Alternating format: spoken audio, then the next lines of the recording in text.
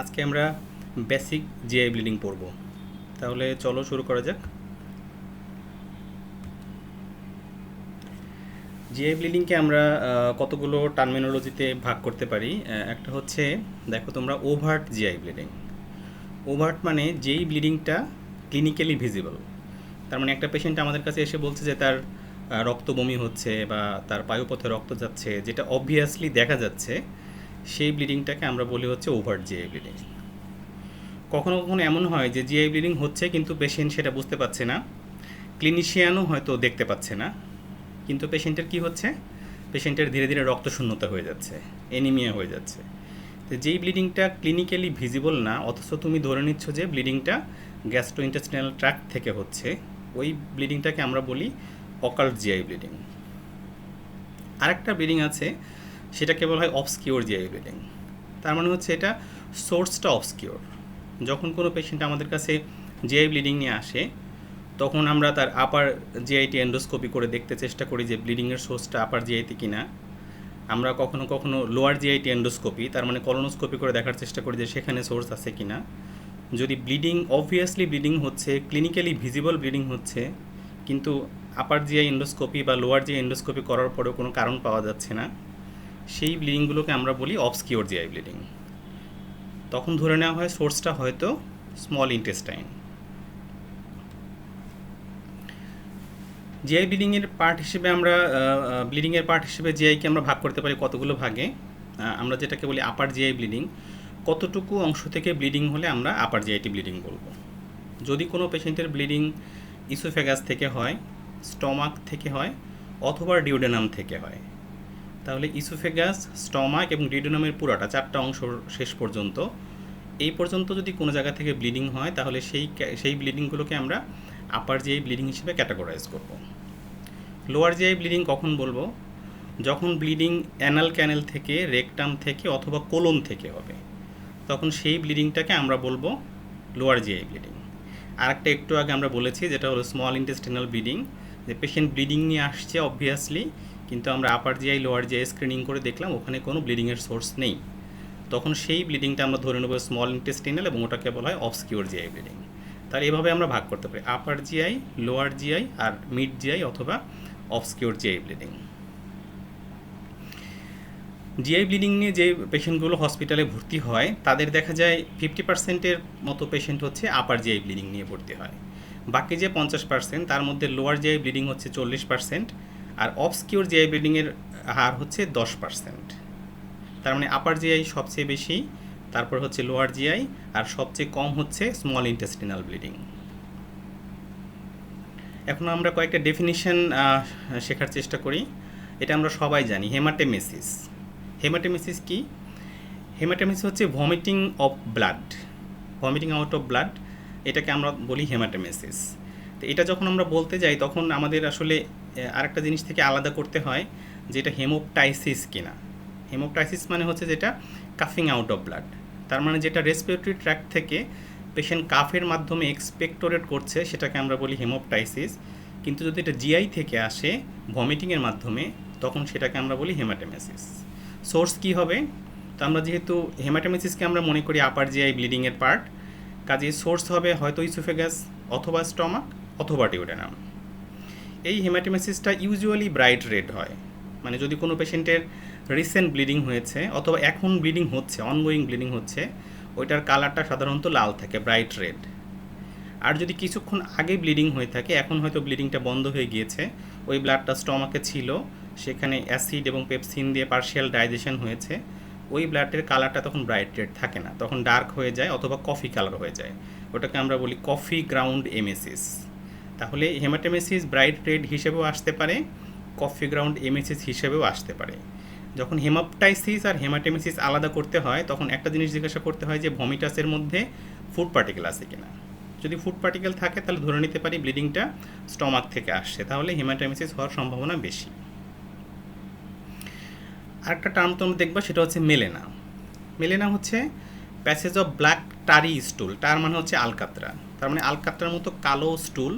এটা খুবই অফেন্সিভ হয়, এটা সাধারণত প্যানের সঙ্গে স্টিকি হয়, আঠালো হয়, প্যানের সঙ্গে লেগে থাকে, difficult to wash out.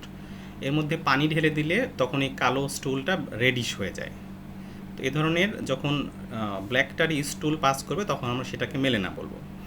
Melaena যদিও ব্ল্যাকটারি স্টুল মনে হচ্ছে যে এটা পাররেক্টালি যাচ্ছে, কিন্তু সোর্স চিন্তা করলে সোর্সটা আসলে মেইনলি আপার জিআই, তার মানে ইসোফেগাস, স্টমাক এবং ডিউডেনাম থেকেই হয়।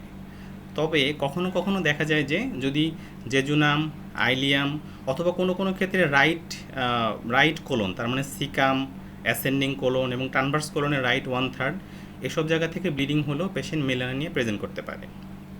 সাধারণত কমপক্ষে 50 থেকে 100 ml ব্লাড দরকার মেলেনা প্রডিউস করার জন্য। আপার জিআই হোক, মিড জিআই হোক বা রাইট কোলন হোক, অ্যাটলিস্ট 50 থেকে 100 ml বা তারও বেশি ব্লাড যখন গাটে থাকবে সেই ব্লাডটাই ultimately bacterial fermentation, bacterial digestion, alteration এগুলোর মাধ্যমে ব্ল্যাক কালার হয়ে স্টুলের সঙ্গে চলে আসে ব্ল্যাক স্টুল হিসাবে। এবং যেখানেই মেলেনা থাকবে সেখানেই ধরে নিতে হবে যে বেশ কয়েক ঘন্টা আগে কিন্তু ব্লিডিংটা হয়েছে, কারণ গাটের অনেক বড় একটা অংশ তাকে পার হয়ে আসতে হয়েছে। কাজে মেলেনা খুব সহজ, এখনই যদি কারো ব্লিডিং শুরু হয় স্টমাক থেকে, এখনই তার মেলেনা হবে না, সার্টেন টাইম পাস করতে হবে, তারপরে পেশেন্ট মেলেনা নিয়ে আমাদের কাছে আসবে। আরেকটা টার্ম তোমরা পড়বা, সেটা হচ্ছে হেমাটোকেজিয়া।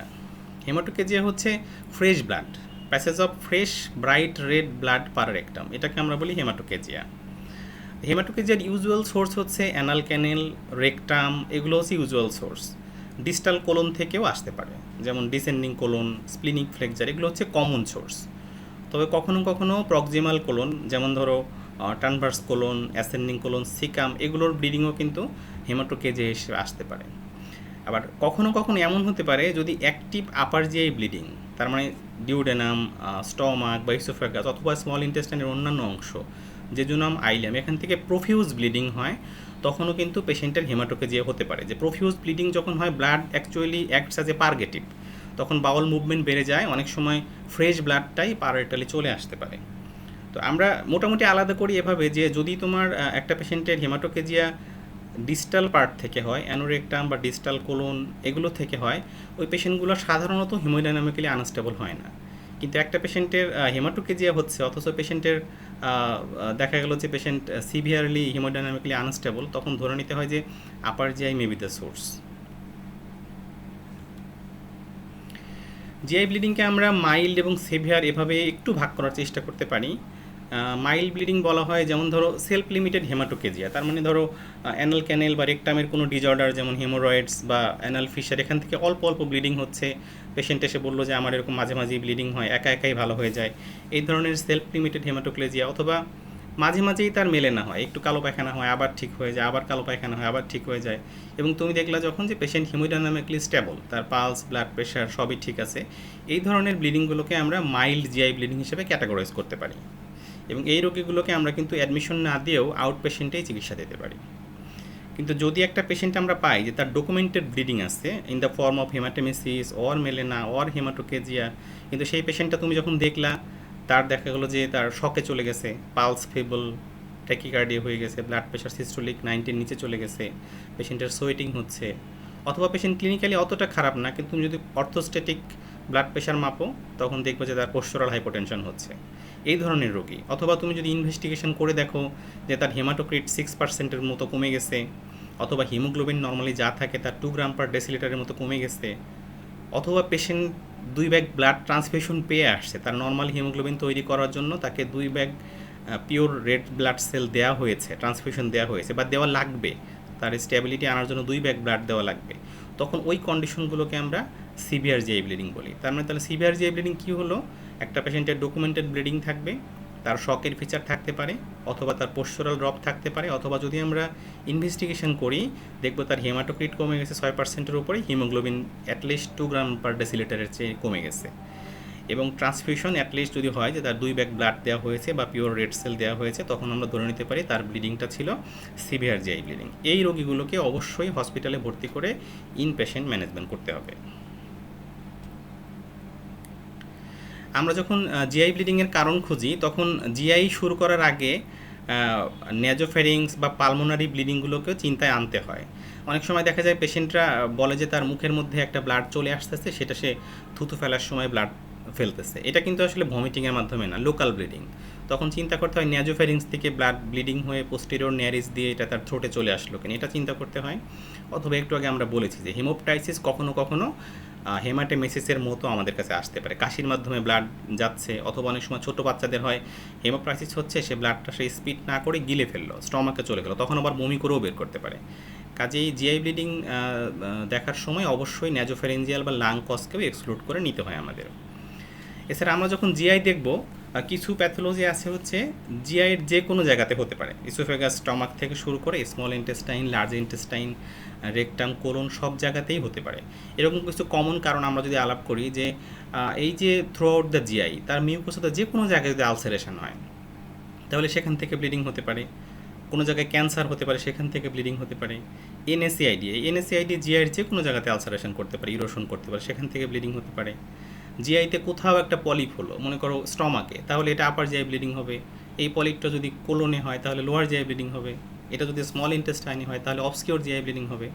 তাহলে যে কোনো জায়গাতে এই প্যাথোলজিগুলো হলেই কিন্তু ব্লিডিং হতে পারছে।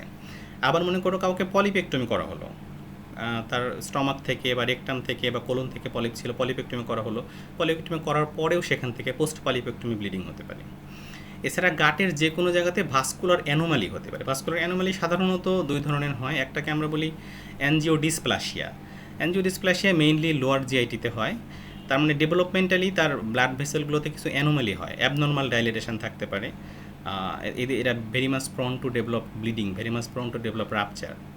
অথবা কোনো কারণে ছোটো ছোটো ক্যাপিলারি, ছোটো ছোটো ভেনিউল, আর্টারিওল, এগুলো ডাইলেটেশন হতে পারে, সেগুলো আমরা বলি টেলেনজিএক্টেশিয়া। তো এই ধরনের অ্যানোমালি থাকলে, ভাস্কুলার অ্যানোমালি, টেলেনজিএক্টেশিয়া, অথবা ধরো ভাস্কুলার অ্যানজিওডিসপ্লাসিয়া, এগুলো থেকেও কিন্তু পেশেন্ট আমাদের কাছে ব্লিডিং নিয়ে আসতে পারে। এছাড়াও গাটের যে কোনো জায়গাতে, মনে করো সারাউন্ডিং এরিয়াতে রেডিয়েশন দেওয়া হলো, যেমন ধরো নেক কার্সিনোমা, নেকের জন্য নেকে রেডিয়েশন, কার্সিনোমা ধরো ল্যারিঞ্জিয়াল কার্সিনোমা বা অন্যান্য নেকের কার্সিনোমার জন্য রেডিয়েশন দেওয়া হলো, তাহলে ইসোফেগাস থেকে ব্লিডিং হতে পারে। তারপরে মনে করো সার্ভাইক্যাল কার্সিনোমা ফিমেলদের ক্ষেত্রে, তাদেরকে যদি রেডিয়েশন দেওয়া হয় তাহলে রেকটাম থেকে ব্লিডিং হতে পারে। এই জন্য রেকটাম থেকে বা ইসোফেগাস থেকে বা অন্যান্য যে কোনো জায়গা থেকে রেডিয়েশন দেওয়া হলে তার সারাউন্ডিং গাট থেকে ব্লিডিং হতে পারে। অনুরূপ গাটের কোথাও যদি ইস্কেমিক চেঞ্জ হয়, ভাস্কুলার সাপ্লাই কমে যায়, তাহলে ইস্কেমিয়া হলে মিউকোসাল ড্যামেজ হয়, সেখান থেকে ইস্কেমিয়ার কারণেও কিন্তু ব্লিডিং হতে পারে। গাটের যে কোনো জায়গাতে যদি সার্জারি করা হয় তাহলে পোস্ট সার্জিক্যাল, সেখান থেকে ব্লিডিং হতে পারে। এছাড়া মনে করো কোনো পেশেন্টের গাটে কোনো অ্যানোমালি নেই, তার আসলে প্রবলেম হচ্ছে তার ব্লিডিং ডিজঅর্ডার আছে অথবা তার কোয়াগুলেশন ডিজঅর্ডার আছে, তো এই রোগীগুলো ব্লিডিং পর্ন, গাম ব্লিডিং হতে পারে, তার অন্যান্য মিউকোসাল ব্লিডিং হতে পারে, স্কিনে ব্লিডিং হতে পারে। যেহেতু তারা ব্লিডিং প্রন, কাজেই তাদের জিআইটি মিউকোসা থেকেও ব্লিডিং হতে পারে। এরাও এরকম আপার জিআই বা লোয়ার জিআই অথবা অবস্কিওর ব্লিডিং নিয়ে আমাদের কাছে প্রেজেন্ট করতে পারে। আরেকটা ব্যাপার হতে পারে ইন্টেস্টাইনের সঙ্গে, মনে করো ব্লাড ভেসেলের কোনো একটা ফিস্টুলা হয়ে গেছে অ্যাওর্টার সঙ্গে, মনে করো ইন্টেস্টাইনের, এটাকে বলে অ্যাওর্টো এন্টেরিক ফিস্টুলা। তো এই ধরনের ফিস্টুলার কমিউনিকেশন যদি কখনো হয়, তখন পেশেন্ট আমাদের কাছে জিআই ব্লিডিং নিয়ে আসতে পারে। আর কিছু কারণ আছে যেগুলো হচ্ছে স্পেসিফিক জায়গার, যেমন ধরো ইসোফেগাসে আগে যে কারণগুলো বললাম সেগুলো তো হতেই পারে। তাছাড়াও কিছু স্পেসিফিক কারণ, যেমন ইসোফেগাসে ভ্যারিক্স হতে পারে। পোর্টাল হাইপারটেনশন যদি হয় তাহলে লোয়ার এন্ড অফ ইসোফেগাসে ভ্যারিক্স হতে পারে, তো ভ্যারিক্স রাপচার হলে সেখান থেকে ব্লিডিং হতে পারে। এছাড়া কোনো পেশেন্ট যদি সিভিয়ার ভমিটিং থাকে, রেচিং থাকে, তাহলে পেশেন্টের লোয়ার এন্ড অফ ইসোফেগাসে টিয়ার হতে পারে, এটাকে আমরা বলি মেলোডি ওয়েস টিয়ার, এখান থেকে ব্লিডিং হতে পারে। অনুরূপভাবে কিছু ডিজিজ যেমন স্টমাকের জন্য স্পেসিফিক, ইসোফেগাসে যেমন ভ্যারিক্স হয়, অনুরূপ স্টমাকেও ভ্যারিক্স হতে পারে, সাধারণত ফান্ডাসে হয়, আমরা গ্যাস্ট্রিক ভ্যারিক্স বলি, সেই ভ্যারিক্স রাপচার হয়ে ব্লিডিং হতে পারে। পোর্টাল হাইপারটেনশনের জন্য স্টমাকে পোর্টাল হাইপারটেনসিভ গ্যাস্ট্রোপ্যাথি হয়, এটা থেকেও ব্লিডিং হতে পারে। ইউজুয়ালি ক্রনিক ব্লিডিং হয়, তবে এখান থেকেও অ্যাকুট ব্লিডিং হতে পারে। অথবা স্টমাকের অ্যান্ট্রামে একটা কন্ডিশন আছে, সেটাকে বলা হয় গ্যাস্ট্রিক অ্যান্ট্রাল ভাস্কুলার একটেশিয়া, কখনো কখনো ওয়াটার মিলন স্টমাক বলে। তার মানে এটা স্টমাকের পাইলোরাস থেকে কিছু স্ট্রাইপের মতো ডাইলেটেড ভেসেল চারদিকে অ্যান্ট্রামে চলে আসে, পাইলোরাস থেকে এরকম চারদিক দিয়ে এরকম স্ট্রাইপের মতো চলে, দেখতে ওয়াটার মিলনের মতো দেখা যায়, তখন সেটাকে ওয়াটার মিলন স্টমাক বলে। সেখান থেকেও কিন্তু পেশেন্ট জিআই ব্লিডিং নিয়ে আসতে পারে। কিছু কিছু কন্ডিশন হচ্ছে ডিউডেনামের জন্য স্পেসিফিক, যেমন ধরো ডিউডেনামের মিউকোসার অ্যাবনর্মালিটি আমরা আগেই বলে ফেলছি। এছাড়া আমরা জানি যে ডিউডেনামে বিলিয়ারি ট্রি ওপেন করে, প্যানক্রিয়াটিক ডাক্ট ওপেন করে। কাজে এই যে বিলিয়ারি ট্রিটা তোমার লিভার থেকে আসছে, লিভার, তারপর হচ্ছে তোমার বিভিন্ন ইন্ট্রাহেপাটিক বিলিয়ারি চ্যানেলস, তারপর right left hepatic duct, common hepatic duct, gall bladder, common bile duct, এই যে টেরিটরি, এই টেরিটরি কোথাও যদি ব্লিডিং হয় সেটা লিভারে কোনো একটা বায়োপসি করা হলো, সেখান থেকে ব্লিডিং হতে পারে, লিভারে কোনো টিউমার থেকে ব্লিডিং হতে পারে, বিলিয়ারি ট্রির পুরোটা জায়গা সেখানে কোনো ইনফেকশন থেকে ব্লিডিং হতে পারে, ট্রমা থেকে ব্লিডিং হতে পারে, ইআরসিপি করার পরে ব্লিডিং হতে পারে। এই ধরনের বিলিয়ারি ট্রিতে কোথাও যদি ব্লিডিং হয়, তো সেই ব্লাডটা কিন্তু বিলিয়ারি ট্রি দিয়ে ডিউরেনামে এসে পড়বে। তোমার অ্যাপারেন্টলি মনে হবে যে ডিউরেনাম থেকে ব্লিডিং হচ্ছে। তো এটাকে আমরা হিমোবাইলিয়া বলি, তার মানে বাইল দিয়ে ব্লাড আসছে, হিমোবাইলিয়া। অনুরূপভাবে প্যানক্রিয়াস থেকেও ব্লিডিং হতে পারে। প্যানক্রিয়েটাইটিসের ফলে বা প্যানক্রিয়েটিক কার্সিনোমার ফলে প্যানক্রিয়েটিক ক্যালকুলাই ডাক্টে থাকলে সেখান থেকেও হতে পারে, যদি ব্লাড ভেসেলকে ইরোড করে অথবা ব্লাড ভেসেলের সঙ্গে প্যানক্রিয়েটাইটিসের ফলে কোনো একটা কমিউনিকেশন হয়ে যায় বা সেখানে কোনো অ্যানিউরিজম তৈরি হয়, তো সেখান থেকে কিন্তু প্যানক্রিয়াটিক ডাক্ট দিয়েও জিআইটিতে ব্লিডিং হতে পারে। তোমার মনে হবে যে ডিউডেনাম থেকে ব্লিডিং হচ্ছে, এটাকে আমরা বলি হিমোসাক্কাস প্যানক্রিয়েটিকাস, তার মানে প্যানক্রিয়াটিক ডাক্ট দিয়ে ব্লাড ডিউডেনামে এসে পড়ছে। এরপরে ধরো স্মল ইন্টেস্টাইনের অন্যান্য অংশ, জেজুনাম, আইলিয়াম, এখান থেকে অন্যান্য কারণ আমরা আগেই বলে ফেলছি। স্পেসিফিক্যালি মিকেলস ডাইভার্টিকুলাম থেকে ব্লিডিং হতে পারে, সাধারণত বাচ্চাদের হয়, যেখানে মিকেলস ডাইভার্টিকুলাম এবং একটোপিক প্যারাইটাল সেল থাকে, সেখান থেকে পেশেন্ট ব্লিডিং নিয়ে আমাদের কাছে আসতে পারে। এই ব্লিডিংগুলো usually maroon colour blood, maroon colour stool নিয়ে আমাদের কাছে পেশেন্টরা প্রেজেন্ট করে। কোলন এবং রেকটামে তোমার আলাদা করে যেগুলো বলতে হয় সেগুলো হচ্ছে, যেমন ধরো কলাইটিস হতে পারে, ইনফেক্টিভ ব্যাকটেরিয়াল কলাইটিস, সেগুলোর জন্য ব্লিডিং হতে পারে। Inflammatory bowel disease, mainly ulcerative কলাইটিস অথবা ক্রনস কলাইটিস, এটা কোলনের ডিজিজ, তাহলে সেখান থেকে পেশেন্ট ব্লিডিং নিয়ে আসতে পারে। কোলনের ডাইভার্টিকুলা হতে পারে, ডাইভার্টিকুলা থেকে ব্লিডিং হতে পারে। কখনো কখনো পোর্টাল হাইপারটেনশন হলে রেকটামেও ভ্যারিক্স তৈরি হয়, তাহলে তখন রেকটাম থেকেও কিন্তু ব্লিডিং নিয়ে আসতে পারে। আর কিছু ডিজিজ আছে হচ্ছে অ্যানাল ক্যানেলের জন্য স্পেসিফিক, যেমন ধর হিমোরয়েডস, ফিশার, এগুলোর জন্য কিন্তু পেশেন্ট আমাদের কাছে হেমাটোকেজিয়া বা জিআই ব্লিডিং নিয়ে আসতে পারে। যখন একটা পেশেন্ট আমাদের কাছে জিআই ব্লিডিং নিয়ে আসবে তখন আমরা কি করব? আমরা অন্যান্য ডিজিজ যখন পড়ি তখন দেখো প্রথমে আমরা পেশেন্টের হিস্ট্রি নেই, এক্সামিনেশন করি, ইনভেস্টিগেশন করি, ডায়াগনোসিস করি, তারপরে চিকিৎসা করি। কিন্তু জিআই ব্লিডিং আসলে একটা medical emergency, unless this is mild. কাজে যখনই একটা পেশেন্ট হসপিটালে ভর্তি হচ্ছে তাহলে ধরে নিতেছি আমরা মাইল্ডের চেয়ে বেশি সিভিয়ার বা মডারেট জিআই ব্লিডিং। এই পেশেন্টগুলোকে আমরা অ্যাসেসমেন্ট করব, পাশাপাশি তার চিকিৎসাও শুরু করব। তা আমরা কী অ্যাসেসমেন্ট করতে পারি?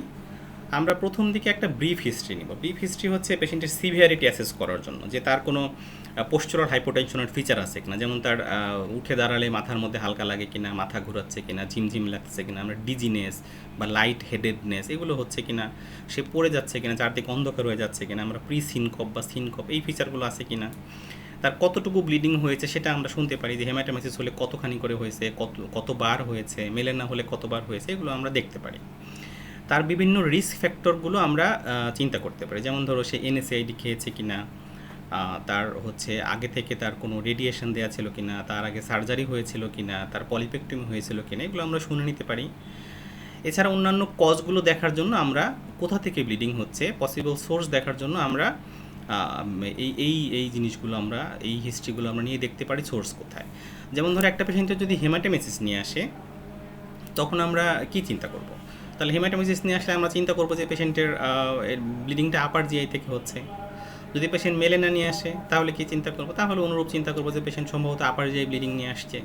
যদি পেশেন্ট হেমাটোকেজিয়া নিয়ে আসে তাহলে আমরা প্রথমেই চিন্তা করবো যে distal colon, rectum, anal canal এগুলো থেকে আসছে। তবে যদি পেশেন্ট শকে থাকে তখন আমরা আপার জিআইটাও চিন্তা করবো।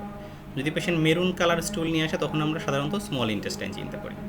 এছাড়া রিস্ক ফ্যাক্টর দেখার সময় যদি পেশেন্ট আগে থেকে নোন পেপটিক আলসার ডিজিজের পেশেন্ট থাকে, পেশেন্ট যদি নোন ক্রনিক লিভার ডিজিজ বা সিরোসিসের পেশেন্ট থাকে, সেগুলো আমাদের হিস্ট্রিতে, ব্রিফ হিস্ট্রিতে যতটুকু সম্ভব প্রথমে নিয়ে নিব, বাকিটা হিস্ট্রি নিব পেশেন্ট সেটেল করার পরে। এরপর আমরা ফিজিক্যাল এক্সামিনেশন করব, এটাও আসলে ব্রিফ এক্সামিনেশন। ব্রিফ এক্সামিনেশনের মধ্যে আমরা যেটা দেখি, ভাইটাল সাইনটা খুবই ইম্পর্ট্যান্ট। তার ট্যাকিকার্ডি আছে কিনা, তার হাইপোটেনশন আছে কিনা, তার রেসপিরেটরি রেট কেমন, পেশেন্ট কনসাস কিনা, জিসিএস লেভেল কেমন, এগুলো আমাদের খুব ভালো করে দেখে নিতে হয়। যদি পেশেন্ট স্টেবল থাকে, তার পোস্চারাল হাইপোটেনশন আছে কিনা সেটা আমাদের দেখে নিতে হয়। এছাড়া আমরা দেখে নিতে পারি যে যেহেতু ক্রনিক লিভার ডিজিজ একটা বেশ common cause of GI bleeding, পেশেন্টের কোনো stigmata of chronic liver disease আছে কিনা। আমরা পেশেন্টের স্কিন সার্ভে করতে পারি, স্কিনে যদি কোনো ব্লিডিং ম্যানিফেস্টেশন থাকে তাহলে আমরা চিন্তা করতে পারি যে এই পেশেন্টের হয়তো কোনো ব্লিডিং ডিজর্ডার বা কোনো কারণে প্লাটলেট কম, সেটা সিএলডির কারণেও হতে পারে, অথবা কোয়াগুলেশন ডিজর্ডার আছে কিনা সেগুলো আমরা চিন্তা করতে পারি। এছাড়া আমরা অ্যাবডোমেন দেখতে পারি। অ্যাবডোমেনে মনে করো কোনো স্কার থাকলে তার হয়তো আগে সার্জারি হয়েছে, অ্যাবডোমেনে কোনো ম্যাস আছে, সেই ম্যাসটা কোনো গাট অরিজিন কিনা সেটা আমরা চিন্তা করতে পারি। অ্যাবডোমেনে অ্যাসাইটিস থাকলে সিএলডি চিন্তা করতে পারি। যদি স্প্লিনোমেগালি থাকে তাহলে আমরা সিএলডি চিন্তা করতে পারি বা লিউকেমিয়া চিন্তা করতে পারি। তো আমরা গ্রসলি একটা ব্রিফ এক্সামিনেশন করে ফেলতে পারি। মেইনলি ভাইটাল সাইনটা খুবই ইম্পর্ট্যান্ট। এরপরে ইনিশিয়াল ইনভেস্টিগেশন হচ্ছে পেশেন্টকে আমরা তখনই একটু আমরা একটা সাধারণত যেটা করি আমরা যেহেতু বলে আসছি যে অ্যাসেসমেন্টের সঙ্গে কিন্তু ম্যানেজমেন্টও চলতে থাকে। আমরা পেশেন্টকে একটা হোয়াইট বোর্ড ক্যানুলা দিয়ে 14 FR বা 16 FR, অনেক সময় 2টা ক্যানুলা যদি শখে থাকে 2 হাতে 2টা ক্যানুলা দিয়ে আমরা হাতের কাছে যে ফ্লুইড পাওয়া যায় ফ্লুইড শুরু করি। নর্মাল স্যালাইন পাইলে নর্মাল স্যালাইন, সাধারণত আইসোটোনিকে চিন্তা করি। তো যখনই আমরা ক্যানুলা করব তখনই একটু ব্লাড ড্র করে ফেলবো ইমার্জেন্সি। তো ব্লাড ড্র করে এগুলো আমরা ইমার্জেন্সি পরীক্ষার জন্য পাঠিয়ে দেবো। আমরা একটা ব্লাড কাউন্ট করব, ব্লাড গ্রুপিং ক্রস ম্যাচিং করে ফেলবো, কারণ ট্রান্সফিউশন দরকার হতে পারে। পেশেন্টের ব্লাড ইউরিয়া বা ব্লাড ইউরিয়া নাইট্রোজেন করতে পাঠিয়ে দেবো, কারণ এগুলো দিয়ে সাধারণত জিআই ব্লিডিংয়ে ক্রিয়েটিনিনের চেয়ে ইউরিয়া বেশি বাড়ে, কারণ ব্লাডগুলো যখন গাটে যায় তখন গাটে ডাইজেশন হয়, অনেক বেশি ইউরিয়া তৈরি হয়, ইউরিয়া বেশি বাড়ে। এছাড়া ইউরিয়া দিয়ে আমরা ডিহাইড্রেশনটাও বুঝতে পারি। পেশেন্টের যদি সিভিয়ার ব্লিডিং হয় তাহলে রেনাল শাটডাউন হতে পারে, তার ক্রিয়েটিনিন বেড়ে গেল কিনা দেখার দরকার আছে। ইলেকট্রোলাইট অ্যাবনর্মালিটি আছে কিনা সেটা আমরা দেখতে পারি। আমরা তার কোয়াগুলেশন ডিসঅর্ডার আছে কিনা, তার লিভার ডিজিজ আছে কিনা সেগুলো আমরা পিটিটি করে দেখে ফেলতে পারি। আর যেহেতু সিএলডি কমন কারণ, কাজে আমরা বি ভাইরাস সি ভাইরাসের ব্লাডও এখন একসাথে নিয়ে পাঠিয়ে দিতে পারি। কাজে যখনই আমরা ক্যানুলা করে আইভি ফ্লুইড শুরু করতে যাচ্ছি তখনই আমরা এই রুটিন পরীক্ষার জন্য কিছু ব্লাড নিয়ে তখনই আমরা ল্যাবে পাঠিয়ে দিতে পারি। পরবর্তীতে আমরা রিপোর্ট দেখে চিন্তা ভাবনা করব। ম্যানেজমেন্টে আমরা বলেছি যে প্রথমে আমরা একটা আইভি চ্যানেল ওপেন করার চেষ্টা করব। পাশাপাশি যেটা হচ্ছে আমরা এবিসির কথা বলি, মানে এয়ারওয়ে ব্রিদিং সার্কুলেশন তুমি মেনটেন করলা, যে পেশেন্টের একটা হোয়াইট বোর্ড ক্যানুলা দিলা অথবা 2টা ক্যানুলা শুরু করলা, তাকে নর্মাল স্যালাইন দিয়ে আমরা ট্রান্সফিউশন প্রথমে ইনফিউশন শুরু করলাম। আমাদের টার্গেট থাকবে পেশেন্টের শকে থাকলে শকটাকে রিভার্স করা, ট্যাকিকার্ডিয়াকে কমায় নিয়ে আসা, সিস্টোলিক ব্লাড প্রেশারকে 100-এর উপরে নিয়ে আসা, পেরিফেরাল কোলকামি জিনিসটাকে ফিরিয়ে নিয়ে আসা। এয়ারওয়ে ব্রিদিংটা খুবই ইম্পর্টেন্ট। পেশেন্ট যদি কনশাস থাকে, ওয়েল ব্রিদিং থাকে তাহলে কিছু দরকার নেই, কিন্তু যদি পেশেন্ট দেখা যায় স্টুপোরাস, জিসিএস কম, তার শ্বাস প্রশ্বাস ঠিক মতো হচ্ছে না, প্রয়োজনে আমরা তখন অক্সিজেন দিব। পেশেন্টের এয়ারওয়ে প্যাটেন্সি মেনটেন করে এয়ারওয়ে ক্লিয়ার করতে পারি, মাউথ টু মাউথ ব্রিদিং দেওয়া লাগতে পারে, এবং খুব খারাপ হলে ডেফিনেটলি ইন্টুবেশন করাও লাগতে পারে। আর ইনিশিয়ালি আমরা যেটা করি, ইনিশিয়াল ম্যানেজমেন্টে আমরা এই যে ক্লিনিক্যালি একটা ব্রিফ হিস্ট্রি এবং ব্রিফ এক্সামিনেশন করলাম, এখান থেকে আমরা গ্রস 2টা কারণ আলাদা করে বলার চেষ্টা করি, যেটা কি সিএলডির কারণে নাকি এটা মানে ভ্যারিসিয়াল ব্লিডিং নাকি নন ভ্যারিসিয়াল ব্লিডিং আপার জিআই ক্ষেত্রে মেইনলি। তো যদি আমরা কোনো সিএলডির স্টিগমাটা না পাই তাহলে আমরা কিন্তু অনেকটা ধরে নিতে পারি যে এটা অন্যান্য রিস্ক ফ্যাক্টর যদি না থাকে তাহলে ধরে নিতে পারি যে এটা নন ভ্যারিসিয়াল পেপটিক আলসার ব্লিডিং হতে পারে। তো আমি ক্লিনিক্যাল যদি পেপটিক আলসার ব্লিডিং মনে করি তাহলে আমরা চাইলে তাকে ইনজেক্টেবল হাই ডোজে প্রোটন পাম্প ইনহিবিটর শুরু করতে পারি। একটু বেশি ডোজে শুরু করতে হয়, এটা বলা হয় যে 80 মিলিগ্রাম একটা ওমিপ্রাজল বা পেন্টোপ্রাজল বা রেবিপ্রাজল স্ট্যাট ইন্টারভেনাস দিয়ে তারপরে 8 মিলিগ্রাম পার আওয়ার ড্রিপে এটা কন্টিনিউ করতে হয়, মোটামুটি ধরো 3 দিন কন্টিনিউ করতে হয়। আর আমরা যদি দেখি যে না তার পোর্টাল হাইপারটেনশনের ফিচার আছে, তাহলে আমরা তাকে সিএলডি মনে করে বা নন সিরোটিক পোর্টাল হাইপারটেনশন মনে করে তাকে কিন্তু আমরা ইনজেক্টেবল সোমাটোস্ট্যাটিন অথবা তার লং অ্যাক্টিং অ্যানালগ অক্টিওটাইড এগুলো শুরু করতে পারি, কারণ এরা স্প্যালাঙ্কটিং ভেসোকনস্ট্রিকশন করে, অন্যান্য ভেসেল কার্ডিয়াক ভেসেল কনস্ট্রিকশন করে না, কাজে স্প্যালাঙ্কটিং ব্লাড সাপ্লাই কমিয়ে দেয় এবং ব্লিডিং কমে যায়। তাহলে এগুলো আমরা প্রথমেই কিন্তু ইমার্জেন্সি ম্যানেজমেন্টের সময় এগুলো শুরু করে দিতে পারি। এরপরে পেশেন্ট আমরা কোথায় নিব, পেশেন্ট অ্যালোকেশন। এখন যদি পেশেন্টের দেখো যে পেশেন্টের ভাইটাল সাইনগুলো আনস্টেবল, পেশেন্টের ট্যাকিকার্ডিয়া আছে, শকে আছে, তার ব্রিদিং প্যাটার্ন ভালো নেই, পেশেন্টের জিসিএস ভালো নেই, অথবা পেশেন্টের কোমরবিডিটি আছে, এগুলো ভালো থাকলেও কোমরবিড, যেমন ধরো আগে থেকে ইসকেমিক হার্ট ডিজিজের পেশেন্ট, ডায়াবেটিক পেশেন্ট, অথবা ক্রনিক কিডনি ডিজিজ, সিওপিডি বা আগে থেকে সিএলডি, এই ধরনের রোগীগুলোদের প্রিফারেবলি আইসিইউতে ম্যানেজ করা উচিত। আর যদি পেশেন্ট হিমোডাইনামিক্যালি স্টেবল থাকে, ওরকম কোমরবিডিটি না থাকে, তাহলে আমরা হাই ডিপেন্ডেন্সি ইউনিট অথবা জেনারেল ওয়ার্ডে ম্যানেজ করতে পারি। তো রিসাসিটেশন আমরা কন্টিনিউ করব, আমরা ট্রাই করব যে সবসময়তেই তার এবিসি যেন স্টেবল থাকে। আমাদের তার একটা ইনটেক আউটপুট মেনটেন করতে হয়, আমরা কতটুকু স্যালাইন দিচ্ছি, তার ইউরিন আউটপুট হচ্ছে কি না, অ্যাকিউট রেনাল শাটডাউন হয়ে গেল কিনা, একেআই হয়ে গেল কিনা, এই জন্য আমরা ক্যাথেটার করে নিতে পারি একটা ইনটেক আউটপুট দেখার জন্য। এবং কিছু কিছু পেশেন্টকে কিন্তু ইন্টুবেট করতে হয়, আমরা আগেও বলেছি, যদি তাদের জিসিএস খুব খারাপ থাকে এবং হেমাটেমেসিস হচ্ছে, হয়তো পেশেন্টের রেসপিরেটরি প্যাটার্ন এখনও ভালো, কিন্তু জিসিএস খারাপ, হেমাটোমেসিস হচ্ছে, এই রোগীগুলো কিন্তু আসলে একসময় অ্যাসপিরেট করে ফেলবে, এই জন্য আমরা তাদেরকে ইন্টিউবেট করে ফেলতে পারি। অথবা যদি এমন হয় যে আমি পেশেন্টের ব্রিদিং প্যাটার্ন ভালো না, আমি অক্সিজেন দিয়েও স্যাচুরেশন মেনটেন করতে পারছি না, তখন আমরা পেশেন্টকে কিন্তু ইন্টিউবেট করে ফেলতে পারি। এরপরে এর মধ্যে পেশেন্ট আমরা মোটামুটি একটা স্টেবল করে ফেললাম, তারপরে আমাদের ধরো যেই পরীক্ষাগুলো করতে পাঠিয়ে দিয়েছি ল্যাবে, সেগুলো রিপোর্ট আমরা হাতে পেয়ে গেলাম।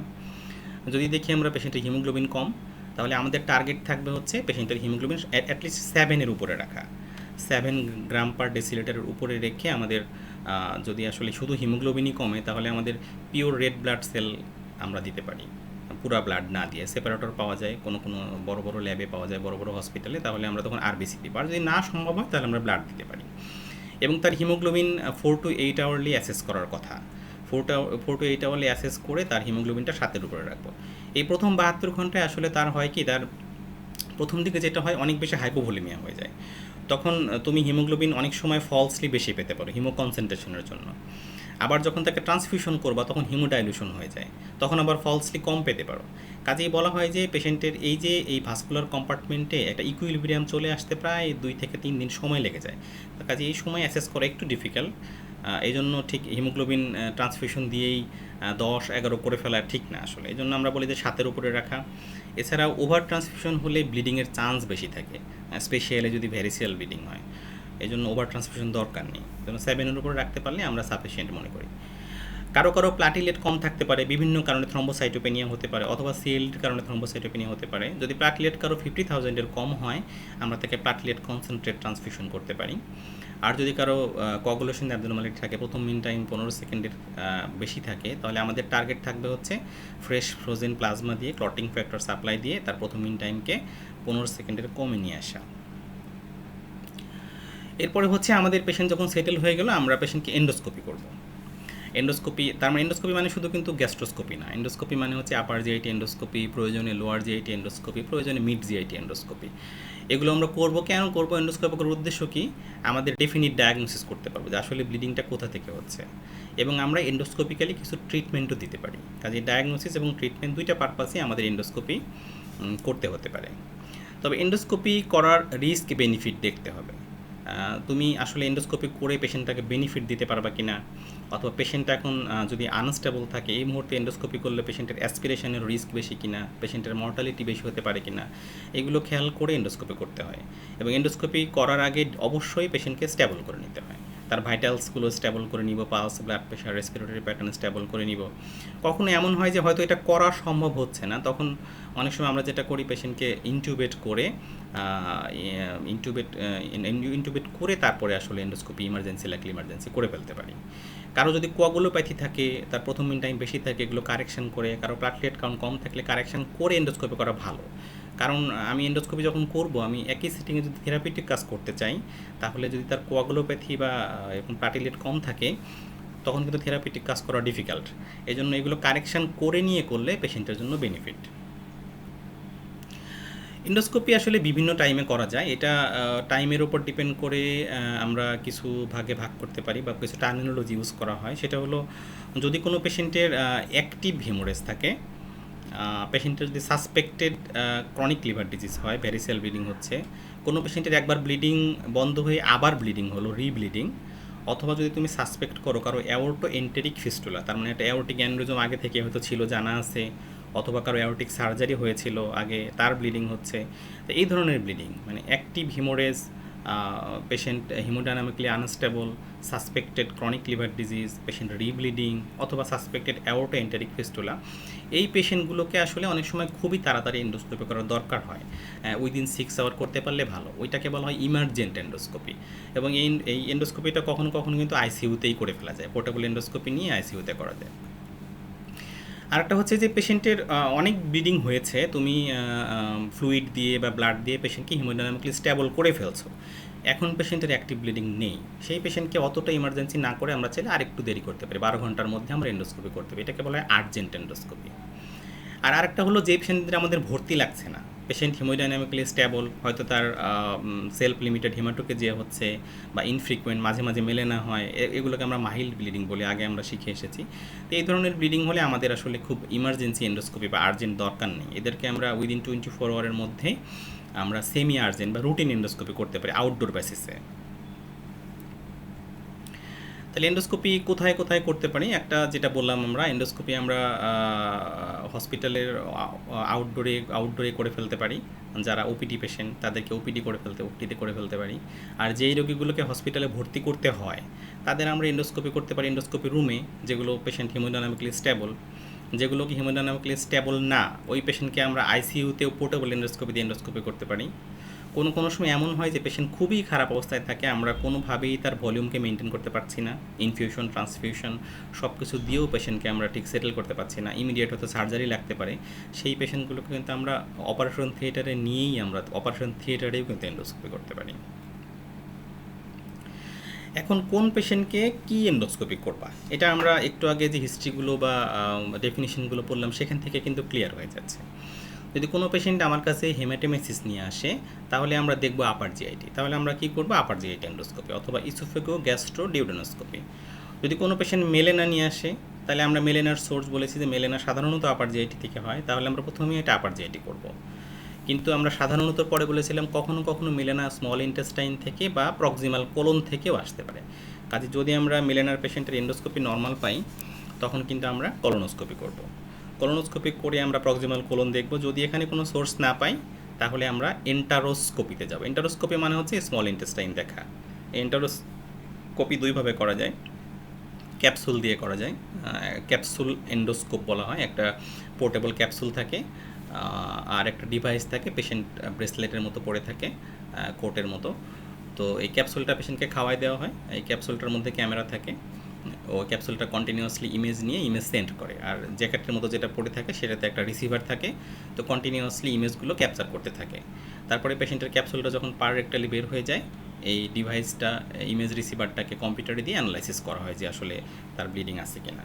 এটা বলে ক্যাপসুল এন্ডোস্কোপি। অথবা আমরা যেমন এন্ডোস্কোপি বা কলোনোস্কোপি যেটা করি, এই ধরনের লম্বা টাইপের স্কোপ আছে যাদেরকে বলা হয় এন্টারোস্কোপ। তো এই স্কোপ দিয়েও কিন্তু স্মল ইন্টেস্টাইন দেখা যায়।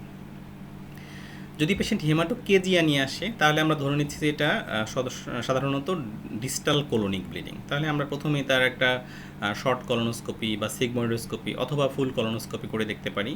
যদি কিছু না পাওয়া যায় অথবা প্রথমেই দেখলে হেমাটোকেজিয়ার পেশেন্ট ক্লিনিক্যালি খুবই আনস্টেবল, তো তখনও তোমার চিন্তা হতে পারে যে upper GI maybe the source. তারপরেও কলোনোস্কোপিটাই প্রথমে করতে হয়। যদি কলোনোস্কোপি নর্মাল থাকে তখন আমরা এন্ডোস্কোপি করতে পারি আপার জিআইটি। যদি সেটাতেও কিছু না পাওয়া যায় এখানেও আমরা এন্টারোস্কোপি করতে পারি। কাজেই যখন আমি আপার জিআই চিন্তা করব সোর্স হেমাটোমেসিস, তখন আপার জিআইটি এন্ডোস্কোপি।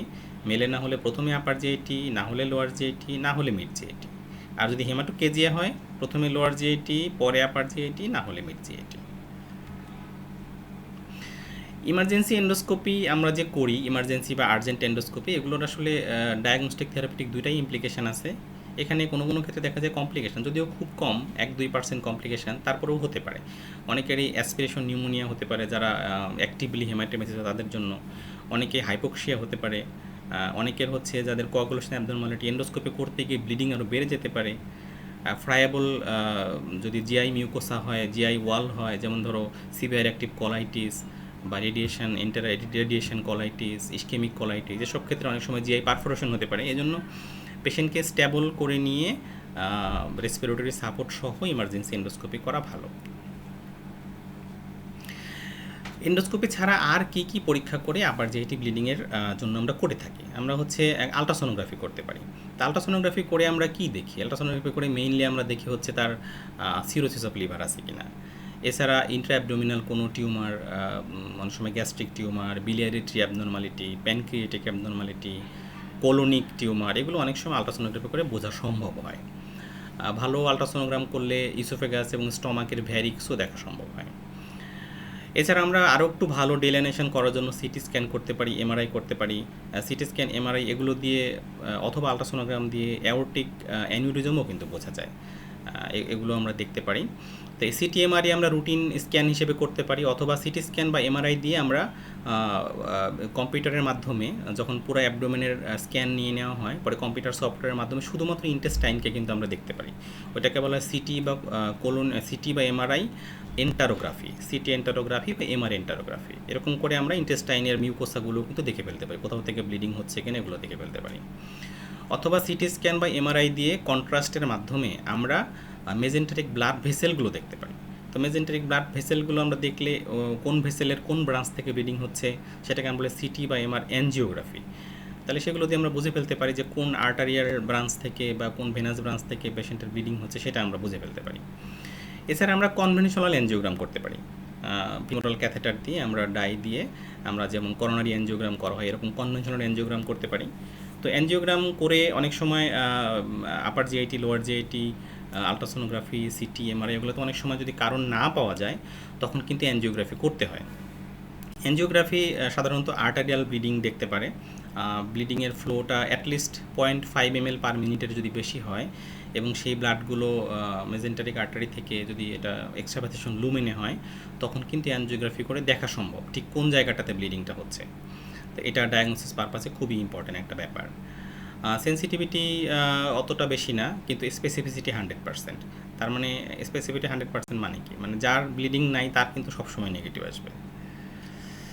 এছাড়া বিশেষ বিশেষ ক্ষেত্রে দেখা যায় হচ্ছে রেডিও নিউক্লাইড ইমেজিং করতে হয়, করা যেতে পারে, যদিও অ্যাভেলেবিলিটি সব জায়গায় নাই। সাধারণত বাংলাদেশে পরমাণু চিকিৎসা কেন্দ্র যেগুলো সেগুলোতে এই পরীক্ষা করা যেতে পারে। এটা যেটা করা হয় পেশেন্টের যে আরবিসি, পেশেন্টের শরীর থেকে বের করে নিয়ে আসা হয়। ওটার মধ্যে তোমার টেকনিশিয়াম পারটেকনিটেট অথবা টেকনিশিয়াম সালফার কলয়েড ট্যাগ করে এটাকে আবার ইনজেক্ট করা হয়। তো ইনজেক্ট করা হয়, এই আরবিসিটা শরীরে কোথায় যাচ্ছে পরবর্তী সিরিয়াল স্কিনটিগ্রাফি করে দেখা হয়। তো যদি কারো ব্লিডিং হয়, তা ব্লিডিং হলে ওইখানে ব্লাডগুলো গিয়ে জমা হবে। তো কোথায় গিয়ে ব্লাড জমা হচ্ছে? গাটের মধ্যে। তাহলে যেখানে গিয়ে ব্লাডটা জমা হবে, এই রেডিও ট্রেসারগুলো জমা হবে, আমরা ধরে নিতে পারি যে ওখান থেকে ব্লিডিং হচ্ছে। এটা এনজিওগ্রাফির চেয়েও আরও কম ব্লিডিং হলেও 0.04 ml পার মিনিট ব্লিডিং হলেও দেখা যেতে পারে। তো এটা অতটা ইউজ আসলে হয় না, শুধু বাচ্চাদের মেকেলস স্ক্যান, যখন মেকেলস ডায়াবেটিকুলাম থেকে ব্লিডিং হয় সেই ক্ষেত্রে এটা আসলে করা হয়, তখন অ্যাকুরেসি অনেক 90%-এর উপরে। এছাড়া কখনো এমন হয় যে পেশেন্টের এই যে নন ইনভেসিভ পরীক্ষাগুলো আমরা যেগুলো বললাম সব কিছু করেও আসলে তার ডায়াগনোসিস করা যাচ্ছে না, তখন কিন্তু পেশেন্টকে সার্জিক্যাল এক্সপ্লোরেশন করতে হয়, ল্যাপারোটমি করে খুঁজতে হয় কোথায় ব্লিডিং। তো ল্যাপারোটমি করে অনেক সময় অপারেশন টেবিলের মধ্যেই এন্টারোস্কোপি করা যায়। ল্যাপারোটমি করে আমরা ইন্টারোস্কোপি করেও দেখতে পারি যে একটা এন্ডোস্কোপ ইন্টেস্টাইনে ঢুকাই দিলাম, এদিকে পেশেন্টের ল্যাপারোটমিও করা, তাহলে কোথা থেকে ব্লিডিং হচ্ছে সেটাও দেখা গেল, ওই জায়গাটাতে ইনজেকশন দিয়ে গাটে ঢুকে তারপরে অনেক সময় একই সাথে থেরাপিউটিক কাজও করে ফেলা হয়। এরপরে যখন ডেফিনিট ডায়াগনোসিস হয়ে গেল তারপরে হচ্ছে ডেফিনিট চিকিৎসা। তো ডেফিনিট চিকিৎসা হচ্ছে আমরা চিকিৎসা করতে পারি এন্ডোস্কোপিক ওয়েতে করতে পারি। এন্ডোস্কোপিক কতগুলো মডালিটিস আমরা শুধু নামগুলো দেখে যাই। আমরা এন্ডোস্কোপিক্যালি ইনজেকশান দিতে পারি, যে কোথাও ব্লিডিং হচ্ছে সেখানে আমরা ইনজেকশন দিতে পারি, অ্যাড্রেনালিন ইনজেকশন দিতে পারি। অথবা অনেক সময় যখন পোর্টাল হাইপারটেনশন ভ্যারিক্স আমরা আলোচনা করব তখন দেখব ওখানে কিছু স্ক্লেরোজেন্ট, মানে এমন কিছু জিনিস যেগুলো ইনজেকশন দিলে ভ্যারিক্সগুলো শক্ত হয়ে যায়, স্ক্লেরোজড হয়ে যায়, এ ধরনের কোনো ইনজেকশন দেওয়া যেতে পারে। অথবা তোমরা সবাই সার্জারি দেখেছো, সার্জারিতে মানে থার্মাল কোয়াগুলেশন করা হয়, মানে ডায়াথার্ম ইউজ করা হয়। তো অনুরূপ এন্ডোস্কোপির মাধ্যমেও থার্মাল অ্যাপ্লিকেশন করা যেতে পারে।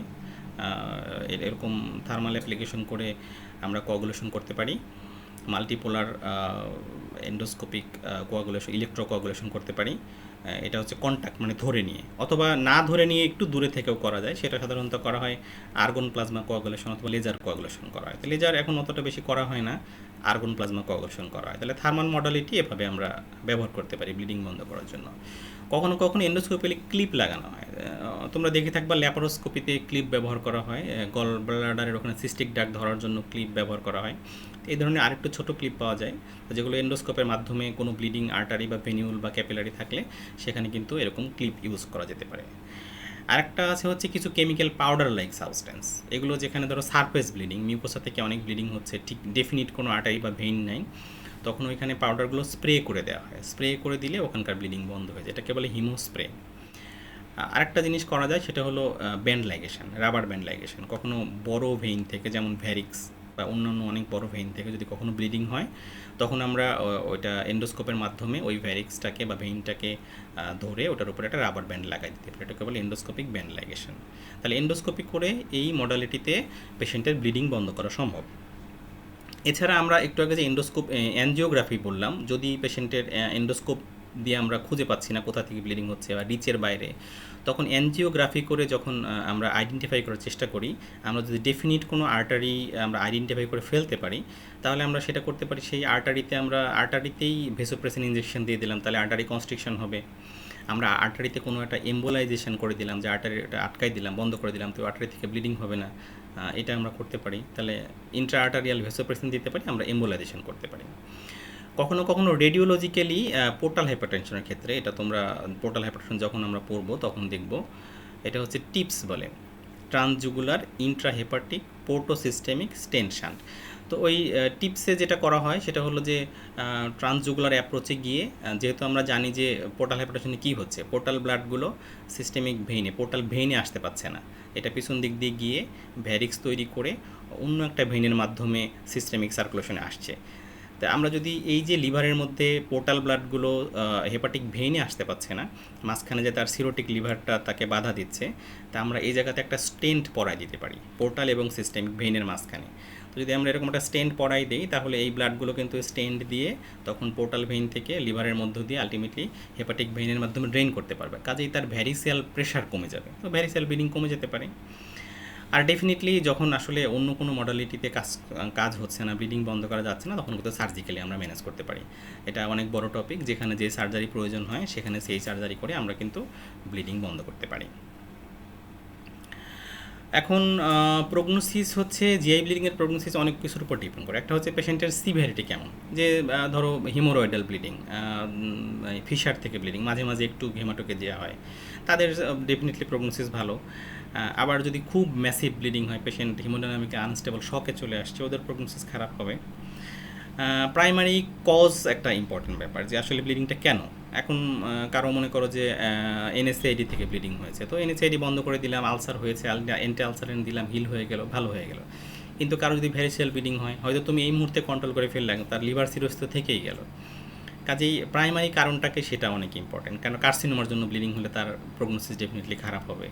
যদি কোনো একটা মিউকোসাল ক্যাপিলারি টেলেনজেক্টির সাথে ব্লিডিং হয়, তার প্রগনোসিসটা ভালো হবে। এছাড়া কোমরবিডিটি একটা ইম্পর্টেন্ট, একটা পেশেন্টের ইসকেমিক হার্ট ডিজিজ আছে, এর যদি ব্লিডিং হয় তাহলে তার অ্যাকিউট হার্ট অ্যাটাক হওয়ার সম্ভাবনা বেশি। একটা পেশেন্টের সিওপিডি আছে, ক্রনিক কিডনি ডিজিজ আছে, তো এদের প্রগনোসিস ডেফিনেটলি খারাপ হয়। আরেকটা হচ্ছে টাইমলি ইন্টারভেনশন। আমরা পেশেন্টের অর্গান ড্যামেজ, ইস্কেমিয়া, হাইপোক্সিয়া, হাইপোভলিমিয়ার জন্য অর্গান ড্যামেজ শুরু হওয়ার আগেই যদি তাকে টাইমলি ইন্টারভেন করতে পারি, তাহলে তার প্রগনোসিস ডেফিনেটলি বেটার। তাহলে এই হলো আমাদের আজকের আপার জিআই ব্লিডিংয়ের বেসিক। পরবর্তীতে আমরা GI bleeding specific, upper GI bleeding, lower GI bleeding, এগুলো নিয়ে আমরা আলাপ করব। আজকের মতো তাহলে এখানেই শেষ। হ্যাঁ,